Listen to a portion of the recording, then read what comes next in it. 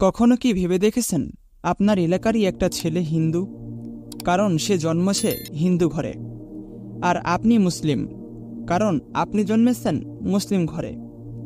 আপনি ইসলাম মানেন কারণ আপনার পিতামাতা ইসলাম ধর্মের, আর পাড়ার সেই ছেলেটি হিন্দু ধর্ম অনুসরণ করে কারণ তার পিতামাতাকে সে ওটাই করতে দেখেছে। এবার ভাবুন তো, আপনি আপনার পিতামাতাকে অনুসরণ করার কারণে জান্নাত পাবেন, আর প্রতিবেশী হিন্দু ছেলেটি পাবে জাহান্নাম, কারণ সেও তার পিতামাতাকে অনুসরণ করে। নিজ নিজ অভিভাবককে অনুসরণ করে একজন পাবে পুরস্কার এবং অন্যজন হবে লাঞ্ছিত। চিন্তার বিষয়, সে তো আর ইচ্ছে করে হিন্দুর ঘরে জন্মগ্রহণ করেনি, তাহলে তার দোষটা কোথায়? নিশ্চয়ই স্রষ্টা অবিচারক নন, তাই তিনি কারো মাতাপিতা কিংবা অবস্থাকে সত্যের মানদণ্ড হিসাবে দেননি। আপনি যদি একেবারেই ছোট থেকে পিতামাতার সঙ্গে না পান কোনো ধর্মীয় সমাজের ছোঁয়া, এমনকি বড় হওয়ার পরেও কোনো ধর্ম সম্পর্কে আপনাকে বলেনি সৃষ্টিকর্তা বলে কেউ আছে সেটাও, এই সব কিছু সীমানা পেরিয়ে যদি এমন হয় আপনি কোনো মানব সভ্যতাই দেখেননি, আপনি আছেন এমন স্থানে যেখানে একা, শুধুই একা। হয়তো আমি বিরান মরুভূমিতে, নয়তো কোনো ঘন অরণ্যে, কিংবা একাই বেঁচে আছেন অজানা কোনো এক সমুদ্রের মাঝে। যদি আপনি এই কল্পনার বাস্তব রূপেও থাকেন, তখন আপনার দায়িত্ব হচ্ছে আপনার স্রষ্টাকে অনুভব করা এবং আপনাকে সৃষ্টির উদ্দেশ্য খুঁজে বের করা, যেমনটা করেছিলেন পালক ইব্রাহিম, যাকে আমরা মুসলিম জাতির পিতা ইব্রাহিম আলাইহিসসালাম নামেও চিনি।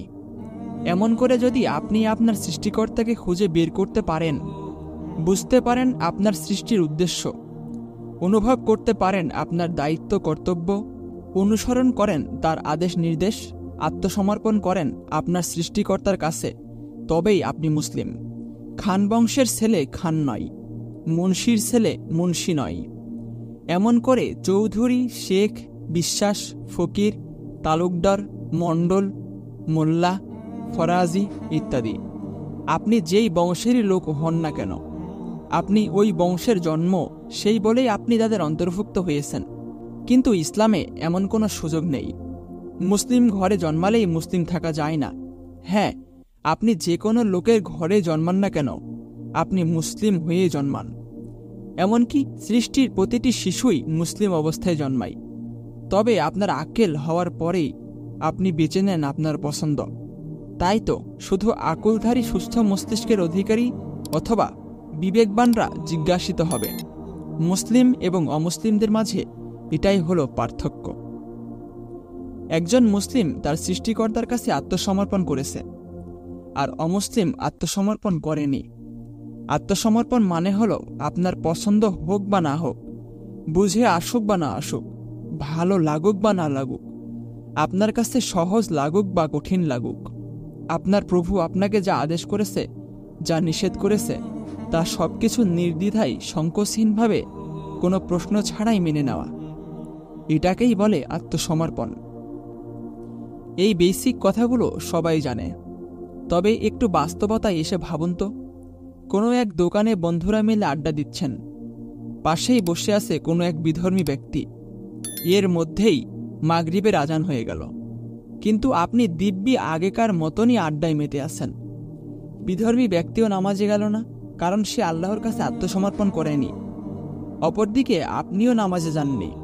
এবার বলুন তো, আপনি কি আপনার প্রভুর কাছে আত্মসমর্পণ করেছেন? এমন দৃশ্য আমরা হাটে বাজারে, অফিস আদালতে, খেলার মাঠে অহরহই দেখতে থাকি। বেচাকেনাই ক্ষেত্রে মালে কম বেশি দেওয়ার সুযোগ আছে, কর্মক্ষেত্রে আছে বাড়তি আনার সুযোগ, নকল করার সুযোগ আছে পরীক্ষার হলে, আছে মিথ্যা বলে মায়ের কাছ থেকে টাকা নেওয়ার সুযোগ। এমন হাজারো ক্ষেত্র আমরা প্রতিনিয়তই মোকাবেলা করি। দিন কিংবা রাত, সে যাই হোক না কেন, নির্জন কক্ষে একাই আছেন আপনি আপনার রুমে। মোবাইলে আছে ডেটা অথবা ওয়াইফাইয়ের দারুণ সুযোগ। এমন নির্জনতায় পোশাকহীন দুনিয়ার চিত্র মনে উকি দিচ্ছে বারবার, আর এই সুযোগটা কাজে লাগালেও আপনাকে কেউ দেখছে না। এই পরিস্থিতিতে আপনি কি আপনার রবের কাছে আত্মসমর্পণ করেছেন? ভাই আমার, আপনি দাড়ি কেটে হজরত মুহাম্মদ সাল্লাল্লাহু আলাইহি ওয়াসাল্লামের অবমাননা করেছেন, আর ভাবছেন আপনি রাসূলকে প্রাণের চেয়েও ভালোবাসেন। আপনি তো আপনার সামান্য দাড়ির ওপরেই তাকে প্রাধান্য দিতে পারলেন না। হে বোন আমার, বোরকা পরা তথা সালিম পোশাক দিয়ে পর্দা করা আপনার রবের নির্দেশ। বেপর্দায় চলে চলে আর নিজেকে কত ধোঁকা দিবেন? এত সব আদেশ নির্দেশ অগ্রাহ্য করেও আর কত ভাববেন? আপনিও আত্মসমর্পণ করেছেন কি? আমি আপনাকে কষ্ট দিতে চাইনি, আঘাত করতেও চাইনি। শুধু জানতে চেয়েছি, আমরা কি সত্যিই আমাদের রবের কাছে আত্মসমর্পণকারী? এবার আসি আমাদের সততার ক্ষেত্রে। কোরআন হাদিসের দলিল প্রমাণ কিংবা কোটেশন উল্লেখ করে বিস্তারিত বলা উচিত, কিন্তু আজকে তা করছি না। বাংলা শুধু নির্যাসটুকু বলছি। রূহ জগতে বসে আমরা প্রত্যেককেই আল্লাহর কাছে ওয়াদা করেছিলাম, আমরা তাকে মেনে চলব, তার আদেশ নিষেধ অনুযায়ী সব কাজ করব। কিন্তু দুনিয়ায় আসার পর আমরা সেই ওয়াদা রক্ষা করছি না। একবার উপলব্ধি করেন তো, যে ব্যক্তি আল্লাহর সাথে করা ওয়াদা রক্ষা করে না, সেই ব্যক্তি আপনার আমার সাথে কোন সততার পরিচয় দিবে? কিভাবে তাকে বিশ্বাস করব? কেনই বা তাকে সৎ মানুষ বলে গণ্য করব? যার আচরণে নেই কোনো কোমলতা, যার কথায় নেই মাধুর্যতা, ছোটদের প্রতি নেই স্নেহ, নেই বড়দের প্রতি শ্রদ্ধা, পান থেকে চুন খসলেই যার মুখ দিয়ে বের হয় অশ্লীল কথা, যার সামান্য স্বার্থের জন্যও মিথ্যা বলতে দ্বিধা করে না, তার আবার সততা কিসের? মিথ্যা কতটা জঘন্য চলুন একটা গল্পের মাধ্যমে জেনে আসি। তখন আমি ক্লাস 4-এ পড়ি। আমাদের একজন শিক্ষক ছিলেন, যিনি ক্লাসে এসে মোটামুটি গল্পগুজব করেই সময় কাটিয়ে দিতেন। ওই যে থাকে না, বাচ্চাদের পড়ালেখার পরিবর্তে গল্প আড্ডা কিংবা দুষ্টুমি করতেই বেশি ভালোবাসে এমন কয়েকজন, তেমনই আর কি। একদিন ক্লাসে আমি তার সাথে একটা মিথ্যা বলেছিলাম। কোন ব্যাপারে সেটা মনে নেই, তবে তিনি সেদিন আমাকে এমন একটা কথা বলেছিলেন যা আমার মৃত্যুর আগ পর্যন্ত মনে থাকবে। তিনি আমায় বলেছিলেন, মিথ্যা কথা বলা কি জানিস? আমি আমতা আমতা করে বলেছিলাম, মিথ্যা কথা বলা পাপ।